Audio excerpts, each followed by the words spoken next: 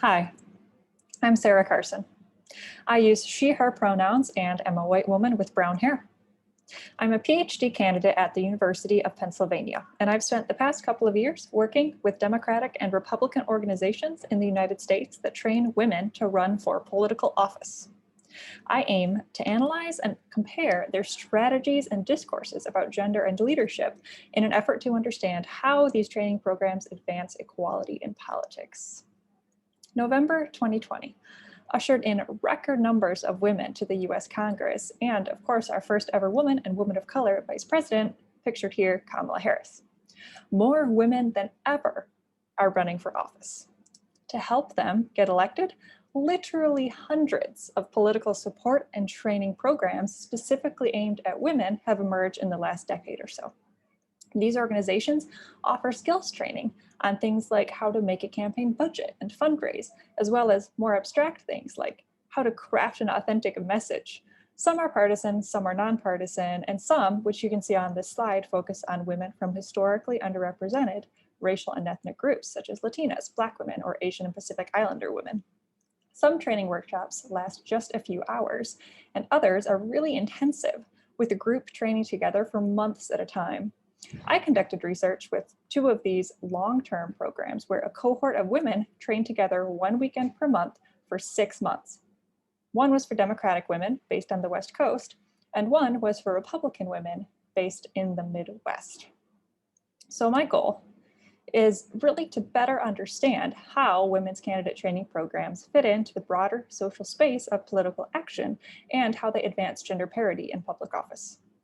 In her 2016 article's discussion of new directions in the anthropology of critique, resistance, and activism, Sherry Ortner describes how the ethnographic study of social movements helps us explore the range of ways that individuals challenge the existing order and envision the future. Advocates from across the country and across the political spectrum are part of a movement to put women in power. But how are they doing it? And what do they think the government will look like once they do? One broad and admittedly generic theme of this research that comes up again and again is continuity versus change. How are women working within existing political and social structures and norms about gender, femininity, and leadership, for example? And on the other hand, how are they trying to dismantle structures and norms to make room for new ways of being in power?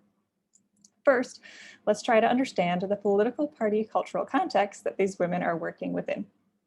Identity politics, or political movements and alliances that are built from the grassroots up around an identifying social factor, such as race, class, religion, or gender, is an approach associated with the Democratic Party that contrasts with the more top-down structure of the Republican Party. Political theorists like Joe Freeman contend that there are fundamental differences in party culture. The Democratic Party is more decentralized. Power flows upward as different constituencies compete. The Republican Party is more hierarchical, and power tends to flow downward to those who prioritize party loyalty. The Republican Party's relative reluctance to engage in group interest politics makes it harder for GOP women candidates. There are some powerful political action committees on the Democratic side that specifically help women, groups like Emily's List, for example. But GOP women candidates do not receive as much of this women-specific funding, and they're less likely to be recruited by party leaders or receive other structural support. So you can see the practical effects stemming from these different attitudes about identity politics in the programs that I research. The Democratic organization has much more funding and a bigger network of supporters, and they're able to train nearly 10 times the number of women that the Republican program trains. The fact that a Republican organization that promotes the identity group of women exists is really antithetical to the GOP's general tendency to reject identity politics, and it challenges the value typically placed on so-called gender-neutral recruitment by the Republican Party. This tension between a desire for gender neutrality and a desire to support women specifically is apparent in some participants' discourse, like when they express meritocratic ideas or that one should not vote for a woman just because she is a woman. The Republican interlocutor quoted on this slide contends, for example, every year should be the year of everyone, and we shouldn't just elect someone because they're female. Yet, She was participating in a program specifically designed for Republican women, and all of them spoke to the need to elect more women, to support women, and to provide them, as the program president described it, a safe space. It is somewhat ironic that despite enjoying relatively stronger support for their program and for identity politics in general from their state party and party leaders, Democratic women often discuss the need for radical change and express their disagreement with the Democratic Party mainstream. In contrast, many Republican interlocutors, despite receiving less material support from party members and elites, are more likely to identify as loyal establishment Republicans who don't advocate for party change and are critical of the very idea of resistance seen so often among liberal activists. So fundamentally, what is the significance of a gender training space for women only? On both sides of the aisle, participants talk about the benefits of women-only training. In the words of one Republican interlocutor, quote, "If it was co-ed, I wonder how much we would be willing to freely speak. I feel like we're in a safe space, that if you want to say something, you can say it, and you don't have some guy sitting there rolling his eyeballs at you," unquote. In strikingly similar language, a Democratic interlocutor said to me, quote, "I think the women-only training program is like a safer space, to be honest. And I think you can support each other a little bit differently. And I think men tend to take over. And you know, I enjoy working with men, but there's definitely that different dynamic." So what do women have in common? Discourses about sisterhood and the importance of women coming together and supporting each other in the male-dominated field of politics circulate in both the Democratic and the Republican political training programs. How do these women, though, discuss gender differences when it comes to political leadership? The Democratic group explicitly promotes a feminist politics of difference in that they talk about how women's leadership is fundamentally different and better than men's. This belief that men and women may deserve equal treatment, but they're fundamentally different, contrasts with equality feminism, which is a strategy that focuses more on similarities and a politics of sameness. So think like girls can do anything boys can do, full stop. Equality feminism has historically been associated with the political left. So the Democratic programs claim that women are fundamentally different, and the Republican program simply stating that women are equally capable is the opposite of what we might expect. But the stances align with their political approaches that respectively emphasize competing constituencies and change versus maintaining an existing system.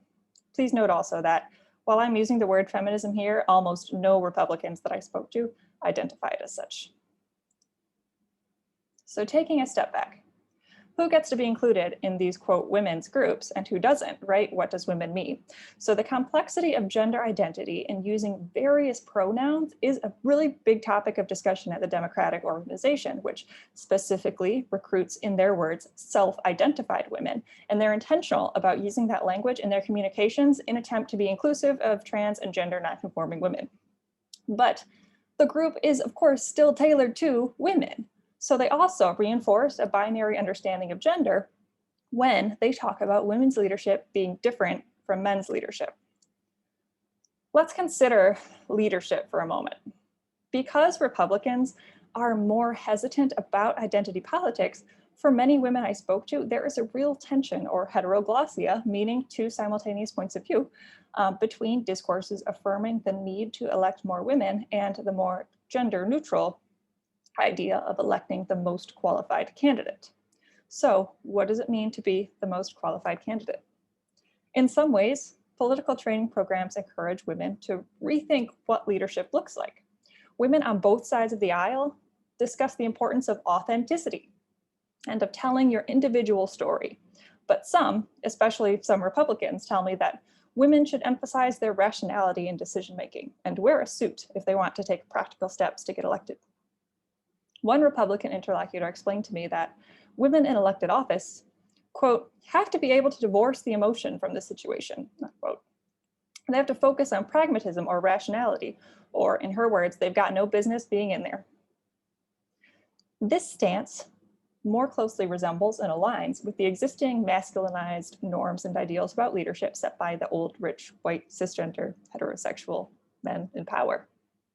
In contrast, reflecting the Democratic training program's emphasis on women leading differently, some Democratic interlocutors emphasize the power of emotion and a more stereotypically feminine style of leadership, explaining, quote, "We are stronger when we show emotion and when we empathize with people in a real way, when we cry with them. I honestly feel like that is one of women's strengths. We are very effective when we come to the table as who we are, and we need to stop trying to change to fit into a more male construct of what constitutes leadership. And the more we do that, and the more we set the example of what leadership looks like, not just female leadership, but leadership in general, I think it's going to be more widely adopted. And I think that we're going to set the standard. We're going to build the table. We're not just coming to the table, we're now building the table, and that's dope," unquote. Generally, training programs focus on individualized skills training and confidence building, which may elide more systemic barriers to elected office that go beyond the individual woman. In some ways, they offer a Band-Aid solution, but one of the most important aspects of these organizations is not the nuts and bolts training or the inspiration that they advertise at all, really. It's the relationships that are built through spending time together at these trainings and getting to know one another during the training sessions. The Democratic program that I work with, unsurprisingly, considering Democrats are more friendly towards identity politics and the idea of women getting special treatment, has more funding from donors to hire staff to support and grow their network. With this broad support, they've been able to develop an ongoing formal mentorship program where alumni can get free advice from professional political consultants who volunteer their time.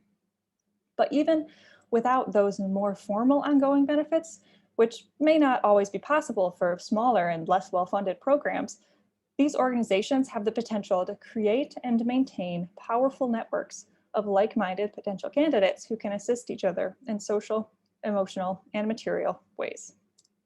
So these women provide a lot of support, commiseration, and inspiration for each other. In alumni Facebook groups, women ask for advice on things like building a website and what fundraising platform they should use. Program alumni share when they get hate mail or trolls or when things go wrong, and they sympathize with each other. They celebrate together when their campaigns go well, they pump each other up, and they cheer each other on.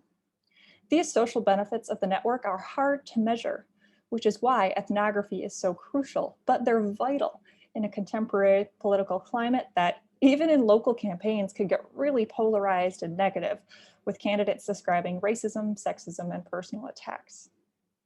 But beyond the emotional and social benefits of bringing a group of like-minded women together and maintaining a directory of those women, a benefit that remains largely unremarked upon by women in politics scholars is that these networks of training program alumni also provide each other material support by volunteering, door knocking, and donating to their fellow sisters' campaigns.